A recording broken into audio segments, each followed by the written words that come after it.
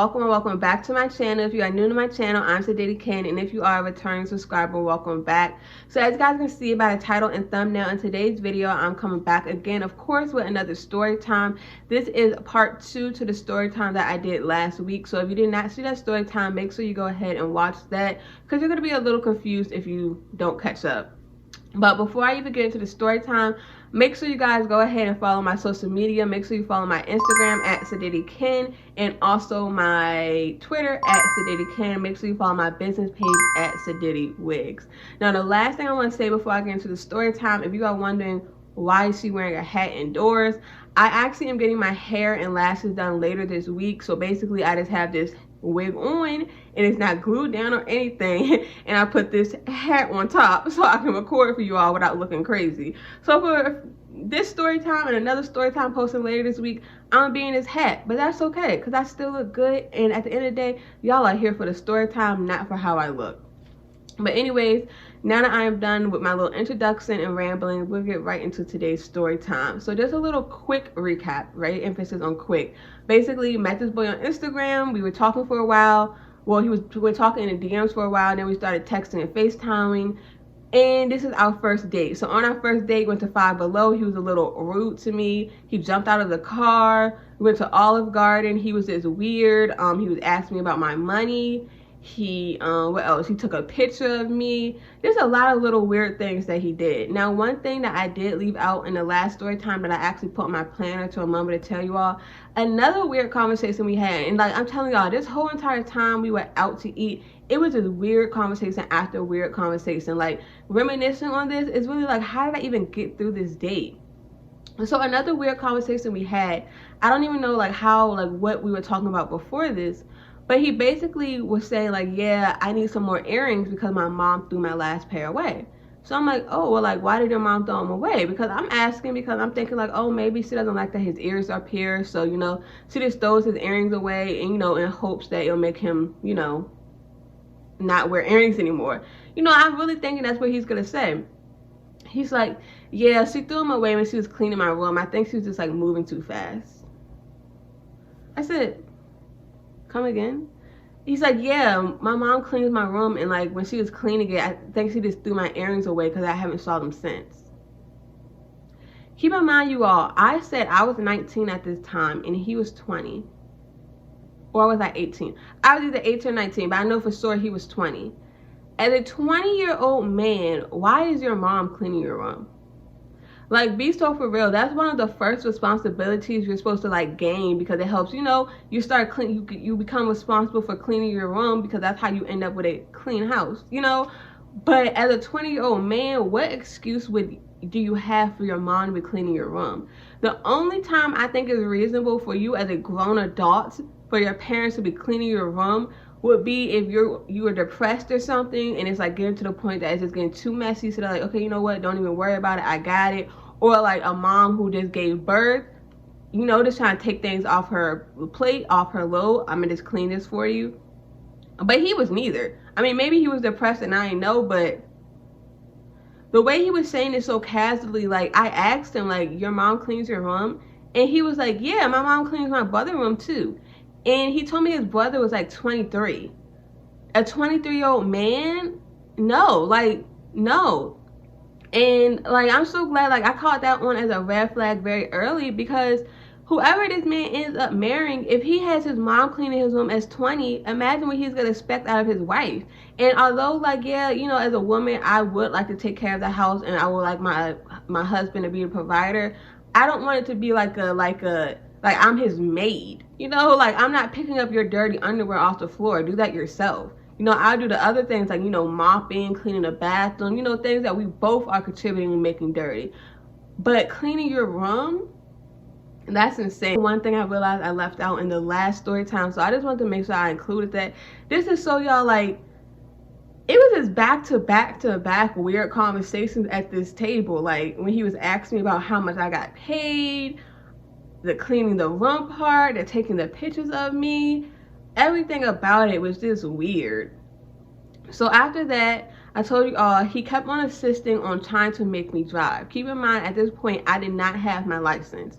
So I kept telling him, like, no, I don't want to drive. And he was like, but you say you need to get more practice. And I'm like, yeah, I do need more practice, but that doesn't mean I need to be practicing on your car. Like, especially because I'm pretty sure in my state the law is that if you only have a permit, whoever you're driving with is supposed to be over 21, which he was not, as we saw when he tried to order a drink with the waitress.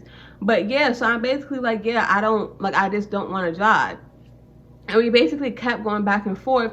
And in the end, it was like, okay, you know what? I'm going to just drive because this boy is blowing me. And then not only that, but when he kept on saying, okay, but don't you need to practice driving? It's like I started telling myself, like, you know what? I do need to practice driving, so let me just do this. Which, looking back, this was so dumb because I was not on any type of insurance. So if I would have gotten into some type of accident in his car, I don't know what would have happened. Not only that, the police were called to the accident, they would have saw that I only had a learner and that he was not above age, so we both would have gotten in trouble with that. Like, so many things could have went wrong with this situation. And that's why from the jump, he shouldn't have been trying to force me to drive his car. Like, who just lets girls drive their car on their first date?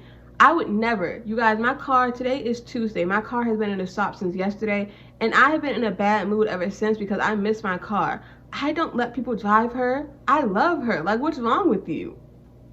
So basically, I get in the car, and I remember, like, as soon as we're leaving out of the parking lot, I had a little incident because basically this other car was turning in while I was turning out, and I was afraid to, like, turn at the same time. So basically, like, you know, it's like the intersection, and there's two sides, of course, but I was afraid because I thought, like, while I was turning, because you know, when you're a new driver, you turn wide. So I was afraid that while I was turning, that I was gonna accidentally, like, maybe side scrape them or something. And I remember he was like, you can go. And I'm like, I know I can go. Like, I know I have the right of way to go. I am waiting because I'm not trying to scratch their car. And that's why I did not want to drive, because everybody does not have the patience for new drivers. You're not supposed to be like, you can go. No, like, you have to be patient with a new driver. Especially, at this point, I wasn't even really like a new driver. I wasn't even a driver at all. So other than that, I can't really remember anything else about the drive, but obviously I did make it back to campus safely because I'm sitting right here. But other than that, yeah, I just don't really remember. That's the only, like, significant thing. And honestly, I probably don't remember because I was terrified during the moment. So yeah, my brain probably blocked it out. I do remember though, like, when we were coming up on campus, and this is the one thing I still to this day hate about driving on campus, is that people think just because it's a crosswalk that means they could just randomly jump out. Like, you can literally, like, be about to cross over the crosswalk and they'll just randomly jump out in front of your car. And I remember somebody did that and I had to slam on brakes because I literally almost hit them. And then honestly, even like this past semester, I almost hit somebody because they were on a scooter, you know, those electric scooters, and they randomly just zoomed out. And it's like, you have to relax, like, because this is the thing. If I'm driving, I'm going to check the crosswalk. If it's empty, I'm going to go. I'm not going to be driving and, like, while I'm driving through the crosswalk, looking to see if somebody's coming, because I would think that people have enough common sense that, oh, if this car is already going through the crosswalk already, then I need to wait until the car clears the crosswalk. You know, like, I know pedestrians have the right of way, but once I'm already out there, you can't just jump out there. And so I remember that was another incident that happened while I was driving. So after that, we pulled up to my dorm, and I'm not really sure initially what the plan was. Like, I can't fully remember, but I do know that I had to use the bathroom, and I'm pretty sure he did too. So first we went inside to use the bathroom, and while we were inside using the bathroom, I remember when I went in the bathroom first because basically in my dorm, I had communal bathrooms, but by my dorm specifically, there was one ADA handicap bathroom. So basically it's a bathroom that's designed for, like, a wheelchair or whatever else to go in there. So because of that, it was big and it was a single bathroom. So that was a bathroom that I would always just use because, like, yeah, if I can use a single bathroom versus communal, obviously I'm gonna pick the single. So I remember I went in there first and used it, and then he went in. So while he was in there, my mom had actually called me. So I had stepped in my room to get on the phone with my mom, and basically, you know, was on the phone with her. And whenever me and my mom are on the phone, time goes by really, really quick. And then I was like, oh dang, I was supposed to be. So that's literally what happened. Like, time went by quick, and then I was like, oh, I forgot this boy because he's not very memorable. I was like, oh, I forgot this boy is with me. So I had to, like, text him and say, hey, hold on, like, I'm on the phone with my mom. You know, I'll come get you in a second. So I got off the phone with my mom. I didn't stay on the phone with her after that for much longer, just because, you know, although I wasn't fully feeling him, I'm not going to be rude and just stay on the phone. So after that, he wanted to see my dorm because my dorm was decorated really nice. One thing about me, I love decorating. So he wanted to see my dorm. And when I was showing him my dorm, I remember I told him, like, hey, like, it's a little messy in here because, you know, I had to find an outfit earlier. I had to do my makeup, do my hair. And y'all know how that goes. Like, when you do all that, it gets messy. And he's like, okay, yeah, that's fine. So I showed him my dorm, and I remember he kind of looked like, ew. And the crazy thing is, like I was saying, it was messy, not dirty. And there's a difference. Dirty would be like there's bugs crawling around, and I got food on the ground or whatever else. It was just a little bit of clothes, like, relax. And so I remember when that happened, and like at that time it didn't click. But now that I'm thinking back to it, it's kind of like, your mom cleans up after you. How can you have a nerve to be looking at somebody else's space like that? I'm sorry that my mom isn't coming to clean my dorm. So after that, basically, we decided that we were going to smoke together, because I was like, okay, let me give this boy one more shot. Like, you know, and I don't even know, and this is one thing I'm really glad I don't do anymore. I don't try to see things through. Like, if I notice, okay, this man just not for me, he's just not for me, and I move on with my life. But at this point, I would not do that. I would try to see things through. Like, okay, you know what? Maybe we have to do this, maybe this. If you have to really force a relationship like that, it's just not for you. But my thinking was like, you know what? Maybe, like, if we smoke together, you know, he'll, like, get high and loosen up. And, you know, I see, like, maybe he's a better person. And that's mainly because he was, a nice... I don't know. I feel like he was kind of nice, nasty, really. Because, like, it'd be like, yeah, he was nice for buying me the chargers at Five Below. But at the same time, he didn't have to, like, yell at me about buying 2 of them. You know what I mean? So, basically, I think I already had a J rolled up, or I may have rolled up a J really quickly. And then we were looking around on campus for a place to smoke. And the thing is, I actually wanted to smoke in his car, which is also another reason. I'm going to just be so honest. My freshman year, basically, it was really hard for me to find places to smoke because I did not know where on campus I could smoke. I would feel, like, really paranoid because, of course, like, there's, like, hiding spots. I would always feel paranoid, like, oh, my gosh, like, what if somebody catches me? Like, I'm going to get in a lot of trouble. I don't want to get kicked out of college over weed, but at the same time, I need to smoke my weed. Well, at that time, I need it. I'd be cool without weed now. And then also add on top of that, most of my friends at the time, they did not drive. I didn't even really make a lot of friends on campus yet at this point. So I didn't have other people's car to smoke in. So I'm like, okay, while I have this opportunity to smoke in somebody's car, I want to take it. But I didn't want to just straight out ask him because, you know, some people don't like to smoke in their car. You know, some people don't want their car to smell like weed or whatever else. So because of that, at first, you know, we're just looking around on campus, looking for places to smoke. We only had one main spot that I would smoke at on campus. My main spot when I went to my main spot where people would normally smoke, where I would normally smoke, people were there. So I'm like, okay, well, I don't really know where else we could go, you know. So basically, eventually, he's like, okay, well, we can just, like, smoke in my car, like, we go find a way to go pull off somewhere. So I was like, all right, bet that, like, that's cool with me. So we got in his car and he drove. And I don't know how he knew this spot, but it's basically like this random place behind a building. He just parked his car, and I'm pretty sure he had tent so you could not see. But looking back, and I was so glad, like, nothing has ever happened to me putting myself in situations like this. But you should not be, like, behind a random building where nobody can see on a first date. Like, that sounds like something in the beginning of a true crime. That's almost as bad as going hiking on a first date, so he could push you off a cliff. But yeah, I really did not. Oh gosh. Ooh, things you do before your brain is fully developed. And so anyways, I poured out the J, lit it, and we started smoking. Honestly, the whole time we were smoking, we basically were not talking. We were just smoking and listening to music and vibing out. And that was the best part of the date for me. When that boy is quiet, he's much more enjoyable. When that boy is quiet, he's much more enjoyable because when he starts talking, he just talks and say the wrong thing.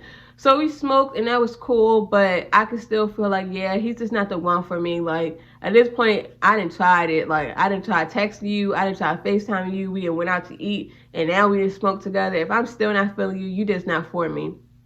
So at that point, he drove back to the dorm. He's not somebody who smokes often either, so he really should not have been driving high because he was driving kind of like dumb. Like, the way he was driving was kind of annoying me. And I know it's not his fault because he was high, but if you can't, yeah, anyways. So we got back to my dorm and he dropped me off.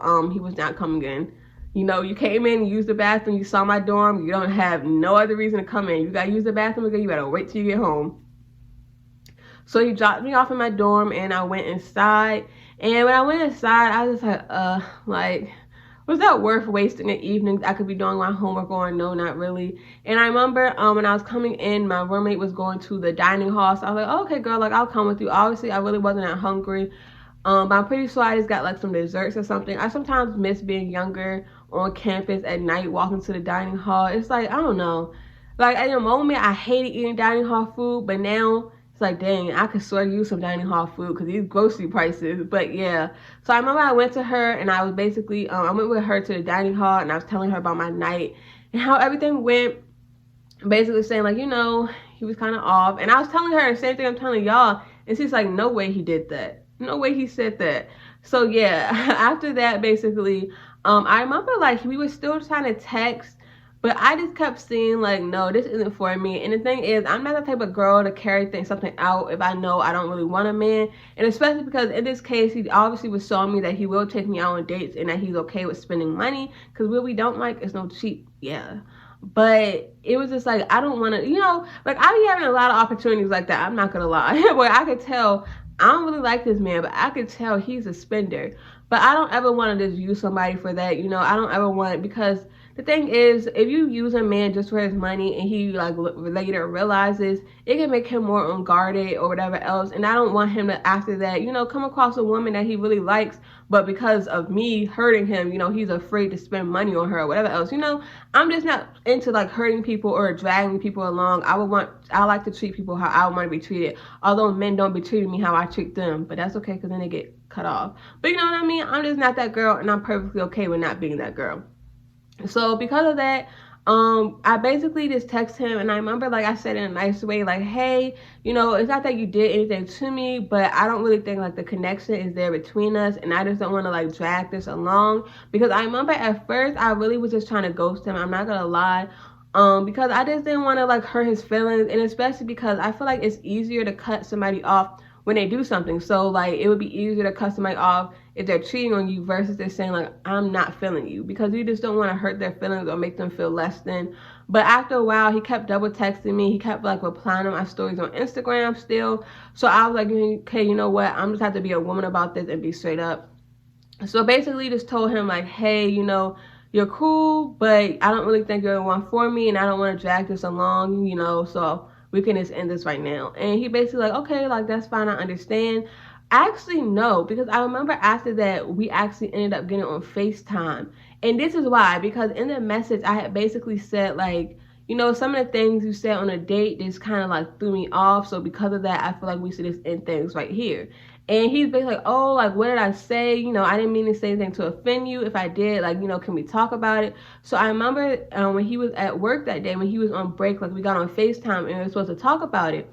And this is why, like, it's very good to just stand firm on your decisions, because once he said that, I said to just be like, no, like, there's really nothing to talk about. Let's just leave it. But I'm like, okay, you know what? Since he's open to talking about it, you know, maybe we can discuss it so he doesn't say things like that again. And once again, thank God for growth, because looking back, like, some of the things he said, like, is being rude like that in Five Below, I don't really think, I don't know. Me personally, I feel like that's not a red flag you should ignore. Like, if a man is being rude like that, and then he's gonna turn around and buy you something, that's just showing you what it's gonna be like a cycle with him. So basically, we did get on FaceTime to talk about it, but by the end of the conversation, I really had just realized, like, no, like, this just isn't it. Like, I can't do this to you, you know, I don't want to just lead you on. So basically, after that, the resolution really was is that, you know, we're just gonna leave each other alone. It's no bad blood, but I'm just personally not feeling this. So after that, we stopped texting every day. He would still reply to my Instagram stories here and there, but it was nothing more than that. So eventually, he kept replying to my stories, and it got to a point where I was like, you know what? Maybe the date wasn't that bad. Now, if y'all go back and watch that first video, you would see the date was that bad. So because he kept being consistent, I'm like, you know what? If he's being consistent like this must mean something. No, it means that he does not respect my decision that I said I don't think we should carry this on. And if anything, it's actually kind of disrespectful, you know, more than it should be flattering. But, you know, once again, thank God for growth. So basically, because of that, we did start to text again, just because he kept replying to my Instagram stories, and I just felt like, okay, you know what, maybe I need to give him another chance. Maybe I have to like talk to somebody who's not my type. You know what they say, it's gonna take that one person who's not your type to show you something different. So anyways, we started texting and talking again, but talking to him still just felt very performative. Like, it just felt like he was just trying too hard. So I remember this was around when Janae Aiko, she had actually dropped the album. So I had posted it on my story, like, oh my gosh, I'm so happy she dropped his album, I love it. And I remember he had replied to it and was like, yeah, that album gave me chills. And like, I don't know. I mean, I guess everybody has different opinions. I think the album was good, but giving you chills? I don't know. Like, it just seems so scripted. Like, especially because, like, I was telling y'all before, like, how it seemed like he just wanted to say things to make me like him instead of being himself. So it seemed like, oh, she likes her? Okay, well, let me act like I like her music, too. That boy probably never even listened to the album, being real. So that was the first thing. But obviously, like, I'm not going to cut somebody off just because of that. But it did definitely turn me off. And so then we started planning a date. And I remember that this time we were actually going to do an inside date, because we basically were like, okay, you know what? Maybe we just need to spend some one-on-one time together. So we were going to have like a paint night and like a smoking paint night. Once again, this was also kind of driven by me not having anywhere to smoke on campus. I'm like, all right, bet we have this paint night. Smoking that car again. And that really is not good. But yeah, so basically we was planning this date night or whatever else, and he's basically, okay, you know what, I'm gonna go to Michael's and get the stuff, and then we'll have the paint night. But before we even got to the paint night, it really was just the same thing. Like, talking to him, I just did not get that vibe. Like, it is, that feeling you get when you're talking to someone new. I was not having that feeling. In fact, it started, like, him seeing his number pop up on my phone started to annoy me. It was kind of like, him again? So by that point, I was like, you know what? Yeah, McKenzie, like, you really just need to, like, stick to your decision and leave this boy alone. He is not for you. So that's exactly what I did. I stuck to that decision, and I told him, like, okay, I apologize. Like, I know we're, like, supposed to be trying again, but I'm really just not feeling it, and I just don't want to lead you on. So let's just leave this right here for real this time. So that's exactly what we did. I never linked with him for that paint night. I never linked with him again, actually, after that first date. Just because, honestly, I just did not want to. He just gave me bad vibes. His eyes scared me. He was rude to me or whatever else. We actually, after that, I kind of got tired of seeing him on my social media. So I took him off, and then he had actually re-added me. And when he re-added me, he tried to start doing that thing again with him, like, replying to my story. So I would just either leave it on scene, or I would just like it but not comment, because I'm like, no, like, we're not going to go in this same continuous cycle. And it's also not only that, but that even turned me off even more, because if somebody's telling you, like, yeah, I just don't feel like your personality is for me, why are you still trying to force it? Like, have some self-respect and be like, oh, okay, you know what? If you don't like my personality, somebody else will. So the fact that he still kept trying after that, it was just further turning me off. But I also feel like a lot of times, like, say if you go on a date with a man and you've been texting him or whatever else, and you don't give him the opportunity to engage in adult activities with you, I feel like a lot of them try to double back to do that, so at least they could be, okay, well, at least I got to hit, you know what I mean? And no, you weren't about to have that on me. So yeah, that was basically that. Eventually he did end up getting a girlfriend. I was actually really happy for him. I was like, wait, somebody else likes his weirdness, because I didn't. But that is basically it for part 2. Not really a lot to it. I feel like I'm actually leaving something out, so if I am, I will come in and do it in a voiceover. But I just wanted to get out this part 2 for you guys, because I'm not messing up my consistency of posting every other day. I will have another story time coming this week, just to make up for this part 2 being a little short. Hope you guys like this video. I will see you in my next one. Be sure to subscribe, like, and comment. Bye.